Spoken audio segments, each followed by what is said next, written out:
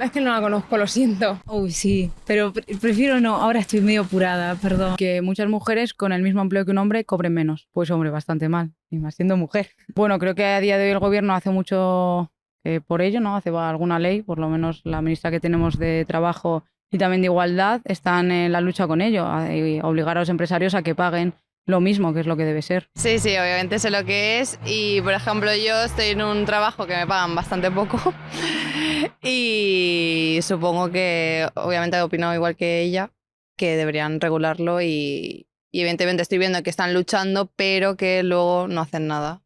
Los que de verdad tienen que hacer algo no lo hacen. ¿Que pagan menos a las mujeres que a los hombres? Yo nunca contrataría a una mujer a pesar de que soy mujer porque tienen hijos, porque siempre tienen más problemas que los hombres. Bueno, yo soy mujer, pero que reconozco que tengo otro papel en la vida más importante que competir con los hombres. Sí, claro. ¿Cómo no sabes lo que es? Yo cobro menos por ser mujer y tengo menos posibilidades de ascenso por ser mujer, seguramente. O sea, te antepones tu carrera familiar a tu carrera profesional y más te empuja el mercado laboral, quizás, ¿no? Eres mujer y vas a ser madre, estás muy condicionada. Y vienen los jóvenes, vienen pisando fuerte, pero los pobres lo van a tener muy complicado, sobre todo ellas. No sé qué decirte, sinceramente. Me sabe muy mal no poderte ayudar, pero no sé qué decirte. Me parece fatal, pero no sé.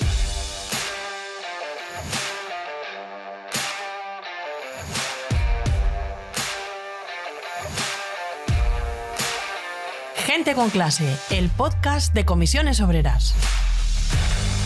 En Gente con Clase no nos cansamos de hablar y denunciar la desigualdad. Es el origen de todos los movimientos locales y motor de conflictos porque exacerba los problemas, avergüenza y saca a flote muchas zonas oscuras. Y si nos avergüenza, o mejor dicho, si no nos avergüenza, si nos deja indiferentes, tenemos un problema, uno muy grave. Y ya has visto, en una serie de entrevistas aleatorias en la calle, las respuestas dan para casi todo. Amor y pedagogía. Vamos a intentarlo. A la diferencia entre las retribuciones salariales de los hombres y de las mujeres, expresada como un porcentaje del salario masculino, se le conoce como brecha salarial, según la OCDE. La Comisión Europea define la brecha salarial de género como la diferencia relativa en el ingreso bruto promedio de mujeres y hombres dentro de la economía en su conjunto. Y el caso es que en España existe una clara desigualdad al respecto. Esta brecha salarial de género se explica por tres componentes fundamentales. La desigualdad ex ante o a priori que soportan las mujeres en las sociedades capitalistas patriarcales, que se plasma en roles de género diferentes en la socialización y en la educación y se traduce en una peor situación a la hora de afrontar su vida laboral. También la desigualdad durante, que soportan las mujeres durante su trayectoria laboral y profesional, con una desigual inserción laboral, con peores condiciones laborales, de jornada, de contrato y con mayores interrupciones en su vida laboral vinculadas a un desigual reparto de las tareas de cuidado que penalizan su trayectoria laboral. Y eso se ve en los complementos, en la formación, en la promoción interna en las empresas, ¿no? Y en tercer lugar, la discriminación salarial a posteriori, que es por razón de género y que supone retribuir de forma desigual por trabajos de igual valor y características laborales similares. Eso es lo más evidente, esa tercera es la más evidente. Pues bien, en la herida sangrante, esa herida que se ve enseguida, ese último factor y los anteriores siguen siendo vitales para hacer aflorar, estudiar la realidad y aislar los problemas para actuar quirúrgicamente. Es que hay, la verdad, mucho, pero mucho margen para un mundo mejor. En esto, también. Hola, ¿qué tal estás? En Gente con Clase vamos a jugar a médicos. Sí, no me pongáis esa cara. Vamos a suturar una brecha que sangra y vamos a poner el foco en los complementos, uno de esos asuntos nucleares para la reproducción de esta injusticia, de la discriminación que sufre la mitad de la humanidad, la mitad del país en este caso. Vamos a poner costuras y para esta cuestión tenemos varias cirujanas. Nos acompaña Begoña Maruán, de la Secretaría Confederal de Mujeres, Igualdad y Condiciones de Trabajo. Begoña, ¿qué tal? Buenos días, Julio. Y también a Carolina Vidal, ella es Secretaria Confederal de Mujeres, Igualdad y Condiciones de Trabajo. Buenos días. Yo quería sacar brillo, quería darle un poquito de vida, ¿no?, a las medallas que creo honestamente que nos debemos de poner en el sindicato. Salario mínimo interprofesional y cuarta ANC. Elementos que han hecho que la brecha salarial de género en los últimos ejercicios haya disminuido, aunque por supuesto quede mucho, pero mucho por hacer. Pero yo creo que eso hay que decirlo ya, Begoña. Lo hay que decir porque además los datos lo reflejan de forma muy clara. Si cogemos la evolución de la brecha salarial estaba estancada, ha estado estancada durante mucho tiempo. Incluso ha habido una brecha del 30% de diferencia entre los salarios de las mujeres y los salarios de los hombres. No estamos hablando de que María, en el mismo puesto que Pepe, ganan distinto salario. Estamos hablando de un análisis sociológico de qué ganan las mujeres, qué ganan los hombres, y eso es lo primero que hay que explicar. Esa brecha salarial llegó a ser del 30% y a partir de 2018-2019, cuando hicimos la primera subida, y digo hicimos porque el sindicato fue motor de esa subida salarial, las condiciones salariales de las mujeres que ganaban menos se elevaron, porque el salario mínimo afecta sustancialmente a las personas que menos ganan. Dentro de las personas que menos ganan, el porcentaje mayor es de mujeres. Entonces creo que ese sí ha sido un elemento vital, la subida del salario mínimo interprofesional. Y esa subida además ha arrastrado a la subida de los salarios más bajos en convenio. Y además hay algo muy importante, la subida salarial de las mujeres arrastra la valoración del precio del trabajo de toda la fuerza del trabajo. No estamos hablando solo de las mujeres, ¿eh? Hablamos de toda la sociedad. Mañana, hoy es martes, ha salido el podcast, todos estamos contentos, pero mañana es día 22. Mañana es día 22 y todos los años, aunque ha variado, la fecha ha ido variando, dependiendo si es el día europeo, si no, pero es el día de la igualdad salarial y por eso estamos aquí. Es muy importante seguir llamando la atención de todas y todas, Carolina. Bueno, es importante porque es verdad que la brecha salarial sigue existiendo entre hombres y mujeres, y la brecha salarial no es un número aritmético que sale de la nada. La brecha salarial es consecuencia de otras muchas brechas laborales laborales y no laborales que en este país soportamos las mujeres, y que termina eclosionando en diferentes salarios para hombres y mujeres. Y la importancia de esto es clave porque en un lugar, en esta Europa donde potenciamos la centralidad del trabajo, donde para vivir necesitamos trabajar, y sobre todo las mujeres, para ser independientes y poder tener nuestra propia libertad, como decía Virginia Woolf, nuestra propia habitación, nuestra lugar habitado donde poder descansar y sobre todo donde poder pensar, necesitamos, como decimos, independencia económica, ¿no? Y por eso es clave tener salarios que cumplan con esa finalidad. Por eso cada 22, efectivamente, de febrero decimos que es insoportable la brecha, pero también es verdad que tenemos que felicitarnos porque el diálogo social, los movimientos sociales, los movimientos sindicales y sobre todo el impulso político ha hecho que este año tengamos por primera vez la brecha más baja de la historia en España. ¿Tenemos que alegrarnos por ello? Sí. ¿Tenemos que estar satisfechas? No. No podemos soportar una brecha del 20,9%, pero mucho menos podíamos soportar la brecha de años anteriores. Y hay una cuestión claramente importante para las mujeres en este país. Tenemos la clave. Sabemos cómo reducir la brecha. En este momento, como consecuencia de dos aportaciones desde el Congreso de los Diputados en las que ha sido determinante y esencial la participación de las comisiones obreras. 1, la subida del salario mínimo interprofesional. 2, la reforma laboral. Y vamos a añadir otro, que ha salido del diálogo social. 3, el último ANC que se firmó para poner un suelo de salarios bajos. Bueno, vamos a empezar el paseo. Si estamos heridos, si sobre todo estamos heridas, vamos a iniciar un paseo que nos debe llevar a un destino muy claro. Ahora os lo cuento, ¿vale? Además de Carolina, nos acompaña Rosa Serna. Ella es gericultura y trabajadora de residencias de mayores, delegada de igualdad desde nuestro corazón, nuestras manos, nuestro cerebro, allí donde hay problemas. Es delegada en la residencia y centro de día en Sánchez de Vallecas, que es de la empresa Centenari.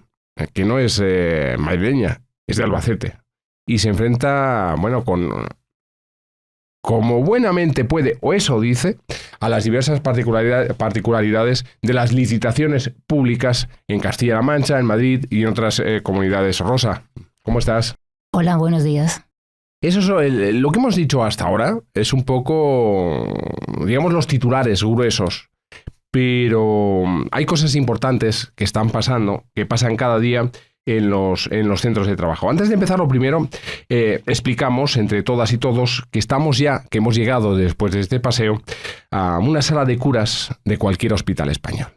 Nos hemos dirigido allí porque en atención primaria sabemos que hay muchos problemas y que nos van a atender de mil amores, pero muy tarde, que vamos a tener que esperar.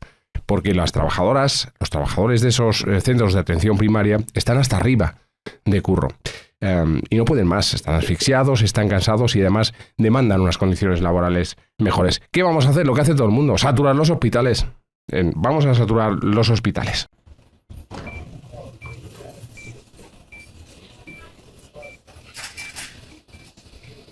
Bueno, pues ya estamos con esos ingredientes, estamos ya en la sala de curas de las urgencias del hospital, llevamos un tiempo esperando, hay que decirlo, estamos, ya sabemos que el servicio está lleno, lo estamos viendo hasta la bandera, y nosotros hemos llegado sangrando por esa brecha salarial de género. ¿Cuántos puntos de sutura necesita una herida? Después de un tiempo esperando, que nos ha parecido una eternidad, ¿sí o no? O sea, sí, ¿verdad? Mucho. Vale. Los y las médicas del servicio de urgencias han determinado con toda seguridad que hay que limpiar la herida, limpiarla bien, limpiarla muy bien y examinarla.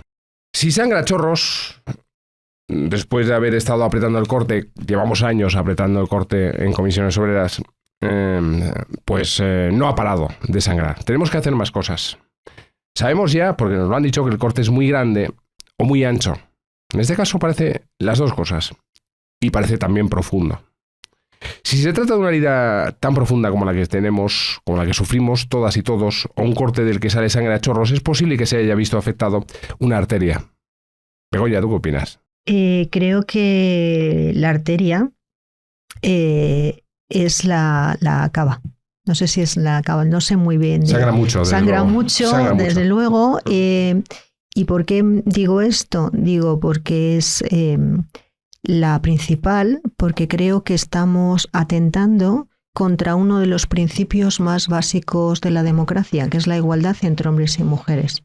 Y por eso es tan grave. Pues lo importante, nos han dicho, es ejercer presión sobre el corte con un paño muy limpio, de inmediato y durante todo el tiempo que se pueda. Hacemos eso siempre, ¿no? Presión y negociación, Carolina. Bueno, sí, pero es verdad que la brecha salarial nos impone ya desde hace tiempo dos necesidades. Una, reformas legales, muchas de ellas impuestas por Europa, que tienen que ver con los cuidados y con los permisos. Pero es verdad que también nos impone repensar la negociación colectiva y saber que en la negociación colectiva no podemos tener un salario basado en conceptos claramente masculinizados, ¿no? Por tanto, resolver la brecha efectivamente requiere curar esa herida, pero desde luego requiere prevenir para que esas heridas no ahonden en esa brecha, ¿no? Y prevenir supone dar una pensada a la negociación colectiva, ya lo estamos haciendo desde esta organización sindical, pero desde luego supone dar una vuelta a algo importante que nuestro informe de brecha pone de manifiesto, y es el impacto tan profundo que los cuidados tienen sobre la vida laboral de las mujeres. Y como decimos, y decíamos al principio, lo decía también mi compañera Begoña, que las brechas salariales, consecuencia de otras muchas brechas laborales, la brecha laboral de los cuidados tiene un impacto claro en los salarios de las mujeres. ¿Por qué? Porque las mujeres dejamos de percibir dinero en concepto de retribución por hacer más, por cuidar. Y cuidamos para una sociedad que se protege y cuidamos para que la vida siga adelante. Por tanto, necesitamos reformas legales para que no tengamos que soportar los cuidados sobre nuestras espaldas. Necesitamos potenciar los derechos sociales de cuidados que ya tenemos, y eso es gestión y dinero. Y sobre todo necesitamos crear otros derechos sociales para que los cuidados sean gestionados desde lo público, con derechos sociales, rellenando el Estado social y democrático de derecho, pero sobre todo para que las mujeres no dejemos de perder nuestros salarios porque nos tenemos que marchar a cuidar. Hay un dato tremendamente relevante en nuestro informe, y es que de quienes tienen tiempo parcial, el 75% son mujeres.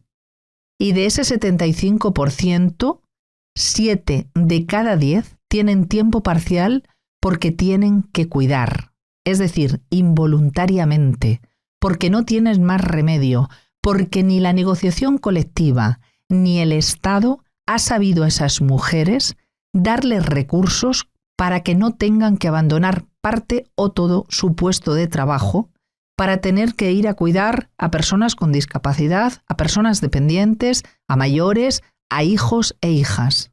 Por tanto, necesitamos políticas que tengan discriminación positiva, se decía antiguamente. Ahora se dice políticas con perspectiva de género. Eso nos conduce a un pacto estatal. Eso nos conduce efectivamente a sentarnos a pensar en todo lo que a las mujeres nos resta capacidad para poder decidir y para poder ser libres. Y cuando decimos libres es a elegir cuidar, pero también a elegir no cuidar más allá de nuestras obligaciones legales en el Código Civil, con los menores, con los dependientes. Tenemos derecho las mujeres a decir no quiero cuidar más allá de las responsabilidades que se me imponen por cuestiones legales, de la patria potestad, por ejemplo, y no quiero abandonar mi carrera profesional para tener que cuidar. Ese espacio tenemos que cubrirlo con medidas, con políticas de género y desde luego con derechos que suplan ese esfuerzo oculto que ha convertido a muchas mujeres, más de 1.400.000 mujeres, las denominamos en la burocracia administrativa como inactivas, que es un término que a mí me agota la paciencia. Inactivas llamamos a más de 1.400.000 mujeres que ni siquiera están buscando empleo porque están cuidando de la sociedad en sus casas. Lo que estas mujeres aportan al PIB de este país es inmenso. Mujeres que terminan siendo pobres, mujeres que terminan con pensiones mínimas, a las que llamamos inactivas. Con estos ingredientes, claro, esos grandes titulares, se hace muy necesario saber qué hay detrás, qué pasa, qué ocurre en las empresas, con las mujeres, pero también con los hombres, porque somos parte del problema inmenso.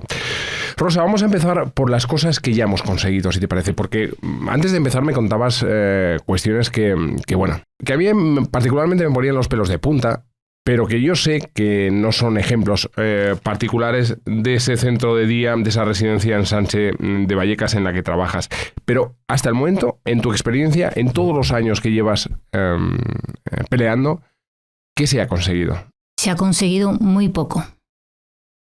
Nuestros centros funcionan mayoritariamente de mujeres, un porcentaje de un 90%, la mayoría con contratos parciales, que tienen que trabajar en dos trabajos, porque si no, no pueden llegar a final de mes.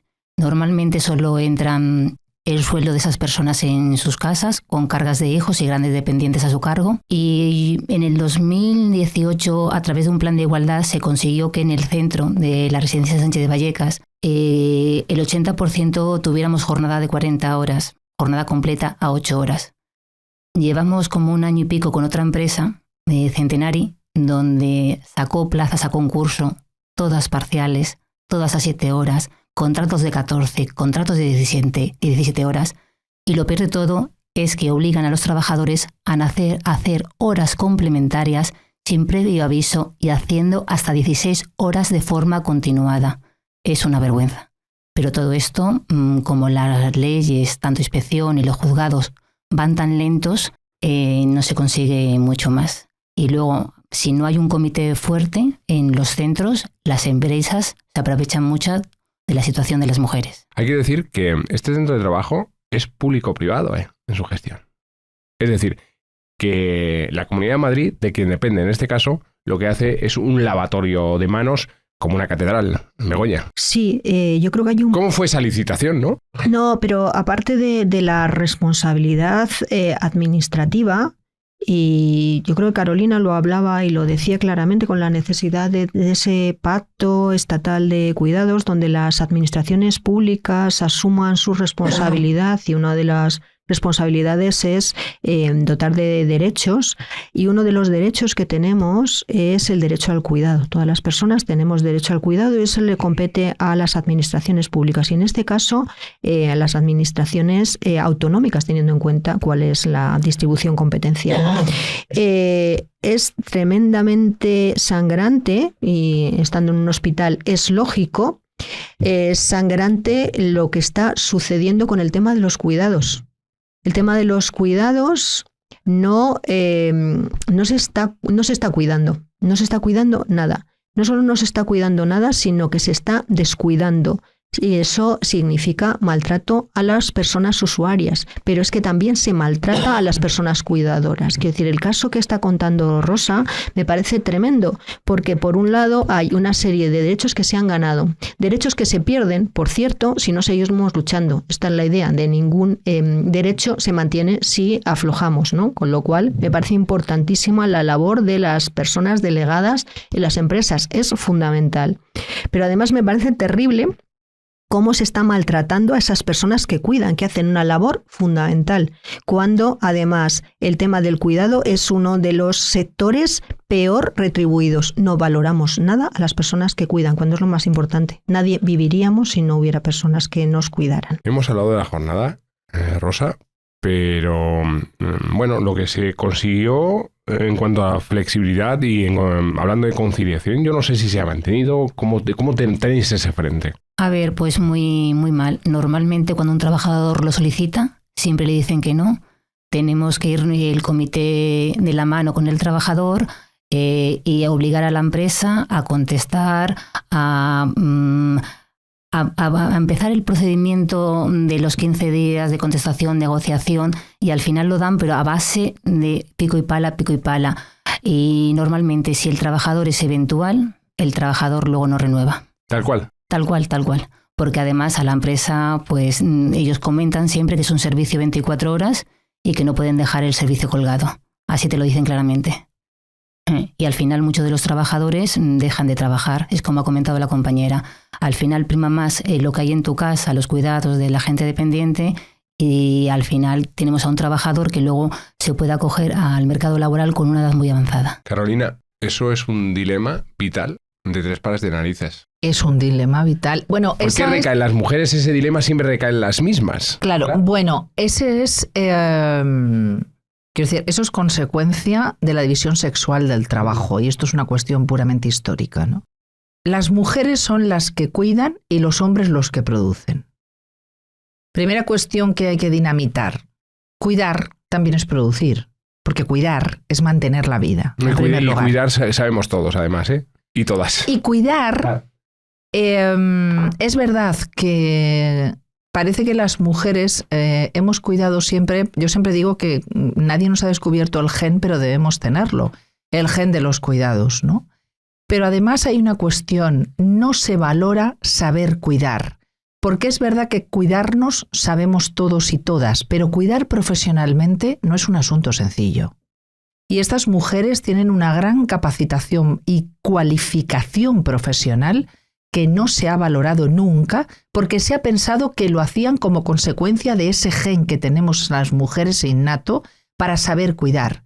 Consecuencia de eso, no se ha dado valor a estos trabajos nunca, porque eran trabajos para los que no se necesitaba formación, trabajos que podían hacer cualquiera, trabajos además que desgraciadamente en el Estado social en España se han configurado como trabajos asistenciales, no como un derecho social, que provenían de la caridad, y parece que cuidamos efectivamente de manera no profesional y se nos da algo a modo de salario. Esa es la definición realmente que pulula, ¿no?, dentro de la sociedad. ¿Por qué pedimos un pacto estatal por los cuidados? Pedimos esto porque ya no podemos valorar los cuidados desde el derecho de la persona usuaria, que son los derechos sociales, que en nuestra opinión es clave para fomentar la igualdad, entre otras cosas, no solo intergeneracional, sino también entre géneros, también entre clases, porque si no, podrán seguir siendo cuidados quienes económicamente lo puedan pagar y no serán cuidadas las personas que no tengan capacidad económica, ¿no? Con lo cual, tienen que formar parte de los derechos sociales de ese Estado social que nos ampara a todas y todos, ¿no? Pero ya no podemos valorar este servicio de cuidados a las personas sin tener en cuenta la perspectiva de género y sin tener en cuenta a las personas que cuidan. Y quienes cuidan son mujeres. Y hay dos cosas que comentaba la compañera que son esenciales. Una, que abordemos el tiempo parcial, que es una fuente de fraude y de control de la vida de las mujeres clave, porque lo de las horas complementarias es un coladero para tener a las mujeres atadas efectivamente a una relación laboral donde dominan cuánto van a cobrar, cuántas horas van a realizar, cuándo las vas a realizar. Y no hay nada más dañino para cualquier trabajador, mujeres y hombres, cualquier persona trabajadora, que tener dependencia. Dependencia del patrón, de la persona empleadora, para decirte lo que vas a cobrar. Por tanto, es verdad que tenemos un problema con el tiempo parcial que tenemos que abordar para todas las mujeres en general, para las mujeres del comercio, para las mujeres de la dependencia, El otro día teníamos un encuentro en lo que nosotras hemos venido a denominar desde la Secretaría de Mujeres el feminismo sindical. Hablábamos con mujeres del comercio y también nos decían que tienen un gran problema, igual como cuenta la compañera, con el tiempo parcial. Pero necesitamos que una ley del austericidio del Partido Popular que sigue vigente, que es la ley de desindexación, caiga, para que efectivamente los contratos públicos puedan adaptarse efectivamente a las necesidades de las subidas salariales, ¿no? Y una vez que tengamos esto, tengamos un concepto claro de lo que aporta a esta sociedad a cuidar, y además solo tenemos que tener una imagen en nuestra cabeza, la imagen de persona que ha sostenido la vida durante la pandemia, era una mujer de la dependencia con un contrato a tiempo parcial que siguió trabajando poniendo su vida y la de su familia en riesgo. Fijaos la importancia social que en un momento de crisis vital han sido claves. Eso tenemos que pasar a ponerlo en valor. Yo tengo algo siempre que tiendo a valorar las cosas positivamente, porque ya voy a decir que si eres secretaria de las mujeres y de la igualdad y no eres positiva, pues igual te vas como, no sé si enfadando o deprimiendo. Como yo no soy ni de enfadarme ni de deprimirme, sí que valoro muy positivamente que gran parte de los conflictos sindicales con motivo de subidas salariales en conflicto que tenemos en este momento abiertos en este país están protagonizados por mujeres que aportan, que están diciendo aportamos a la sociedad cuestiones que son clave, somos esenciales para poder vivir y queremos que la sociedad nos valore en su justa medida.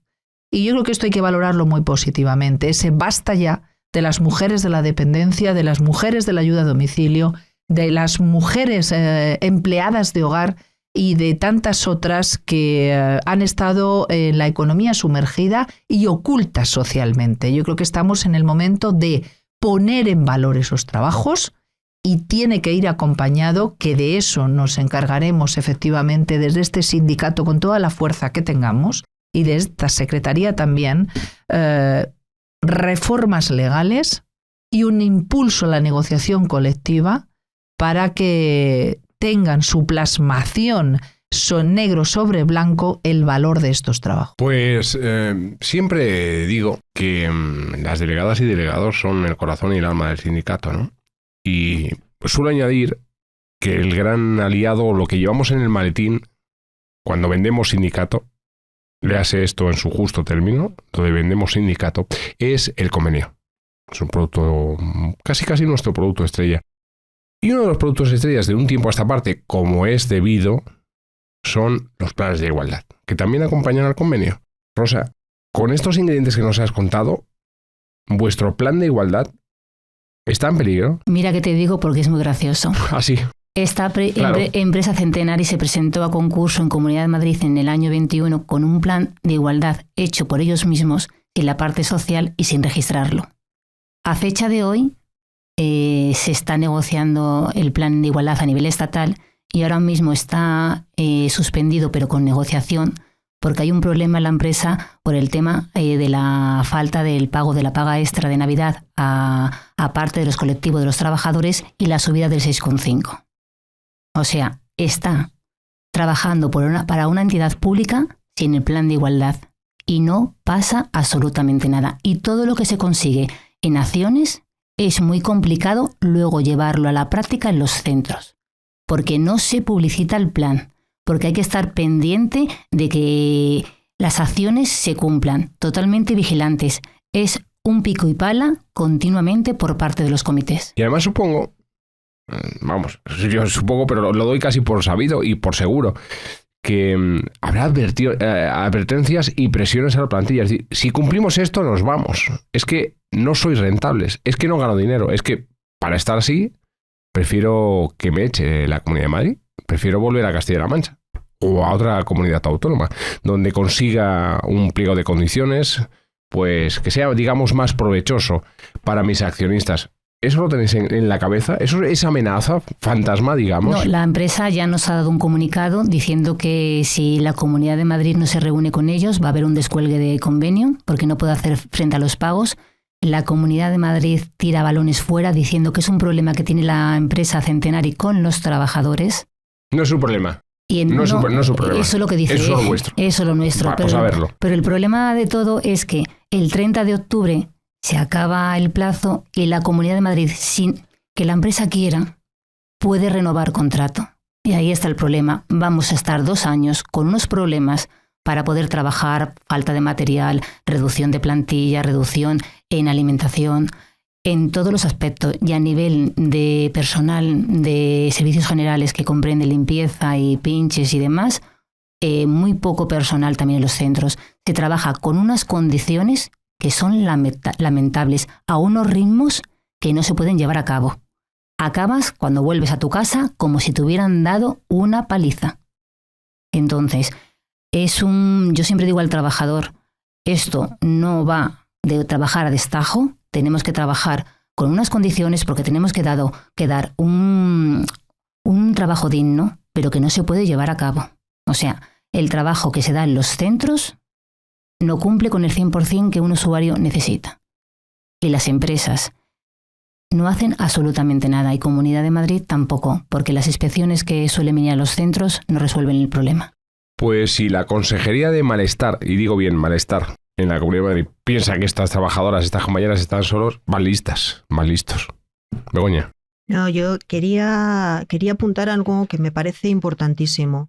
Los planes de igualdad tienen el mismo rango que un convenio colectivo. Con los planes de igualdad estamos consiguiendo determinadas mejoras. De hecho, se han mencionado 2 elementos, el salario mínimo interprofesional y el tema de la subida salarial en los convenios, pero es que los planes de igualdad están también disminuyendo brechas porque hay 2 elementos que están creados para disminuirla. De hecho, el tema del registro retributivo está hecho para eso y también la valoración de puestos de trabajo. Si valoramos de verdad el trabajo de cuidados como debe valorarse, hay que pagar mucho más.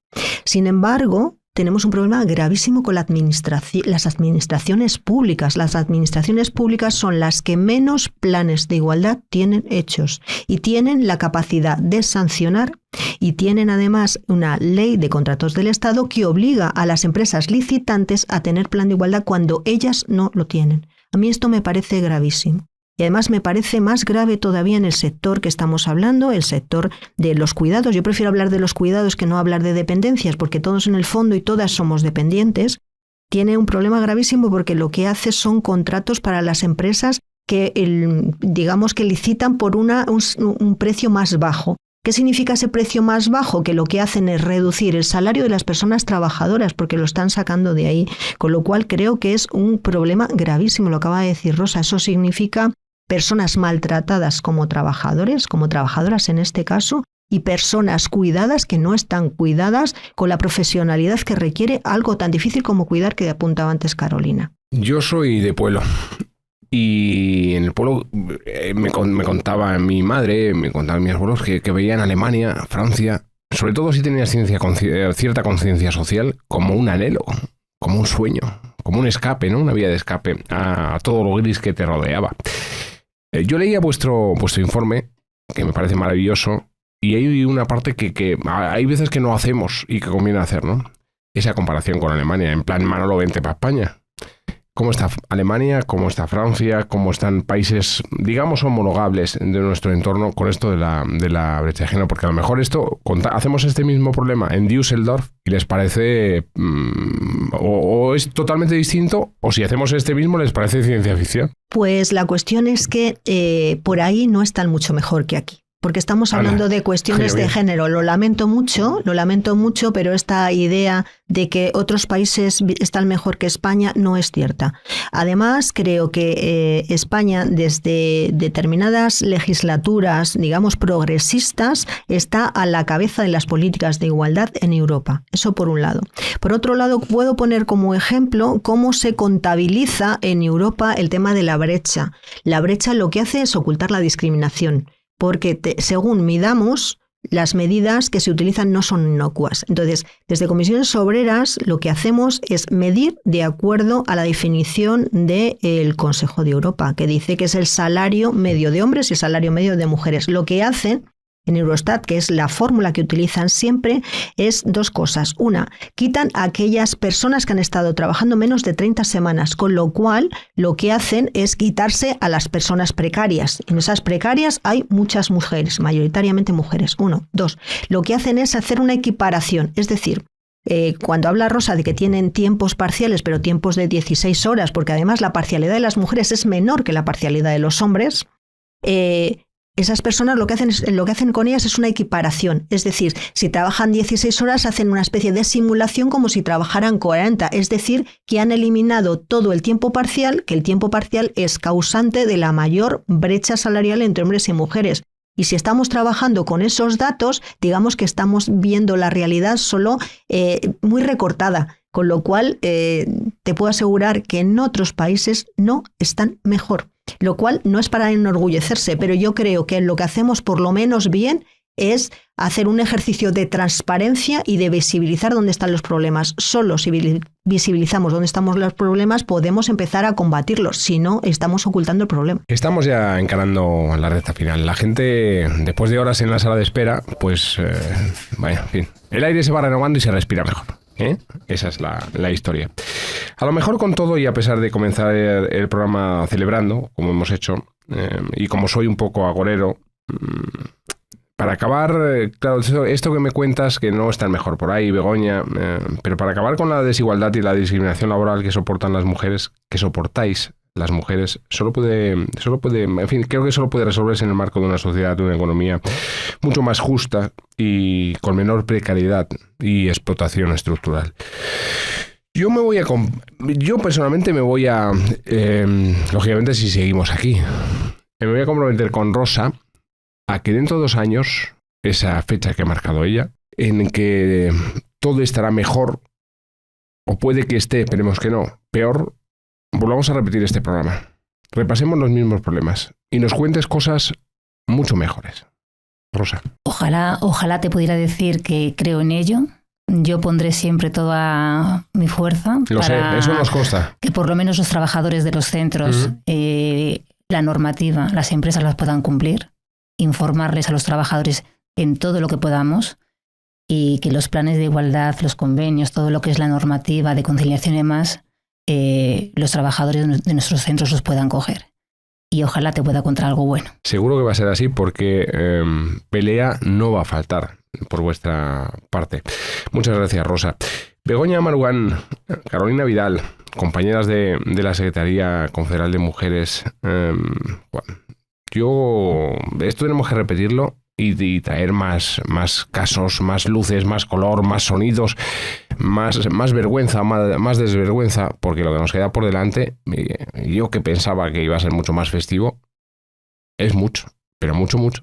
De todas maneras, largo lo fías, quiero decir, desde la Secretaría de Mujeres, Igualdad y Condiciones de Trabajo, esto lo hacemos cada minuto, cada 2 años, 2 años está muy lejos, 2 años son miles de millones de minutos de trabajo, de esfuerzo y de explotación. Vale. Y desde la Secretaría no estamos dispuestas a ni un minuto más. A soportar esas frases por mi parte. Bueno, pues yo que tengo ya el lomo incandescente del palito que me han dado... dame otro, que ya pongo el otro costado. Venga, anímate, Carolina. Bueno, escuchaba con emoción incluso algo que decía Rosa, que decía, así no podemos dar un servicio y no podemos cuidar con calidad, ¿no? Nos queda algo muy positivo de esto, y es que las mujeres de la dependencia, las mujeres de la ayuda a domicilio, las mujeres que nos cuidan, tienen un compromiso claro con ese estado social para cuidar a esta sociedad y cuidar de la vida. Y no nos quepa ninguna duda de que mantener el cuidado de la vida ha sido durante la pandemia y lo seguirá siendo por el compromiso de estas mujeres. Porque desde luego hay administraciones públicas que dejan mucho que desear, administraciones públicas que entienden y valoran solo con dinero los cuidados, y afortunadamente tenemos a estas mujeres que entienden que cuidan de la vida a pesar de. Pero desde luego no podemos seguir adelante sobre sus lomos, sobre sus espaldas, sobre sus esfuerzos y sobre una dedicación en la que se dejen por el medio la salud. Por eso tenemos que apoyarlas, tenemos que valorarlas, y desde luego nos vamos a plantar frente a administraciones públicas como la Comunidad de Madrid, que solo apuesta por el bienestar de unos pocos que tienen pasta para poder procurarse esos cuidados. A las comisiones obreras nos tendrá enfrente, pero desde luego quienes nos van a tener a su lado son estas mujeres que cuidan de la vida, que nos sacaron de la pandemia, y desde luego apostaremos porque la sociedad entienda que es un trabajo esencial, que hay que valorar, que no se merecen estar en la precariedad del tiempo parcial, y desde luego que además tenemos que apostar porque los derechos sociales eliminen sobre la espalda de todas las mujeres de este país elegir sobre cuidar comprometidamente para que las personas dependientes, para que su familia siga adelante, y su propia vida personal. Nadie más que nosotras sabemos lo duro y lo difícil que es tener que elegir sobre la vida, porque ni el Estado ni las condiciones laborales nos lo ponen fácil para poder compaginar de manera corresponsable. Y para esto, y con esto termino, os necesitamos a vosotros. Necesitamos a los hombres de este país para que sepan que seguir viviendo de manera equilibrada y poder seguir viviendo en paz supone que repartamos las cargas de cuidar. Pues ante estas palabras solo cabe hacerse pequeñito o hacerse muy grande. Grande, siempre grandes. Elegid vosotros, chicos, y cuidaos todos. Nosotras siempre hemos elegido ser grandes. No tenéis mucho que elegir, solo tenéis que apostar por cuidar y por implicaros. Es fundamental el papel de los hombres. Otro palito, Rosa, ahora te toca a ti y ya nos vamos. No, yo pienso igual que ellas. Que o sea, palito al cuadrado. Esto es un dúo y es que no se tenía ni que plantear la pregunta. Cuidaos mucho, lo dicho. Muchas gracias por todo. Ánimo, gracias. Gracias.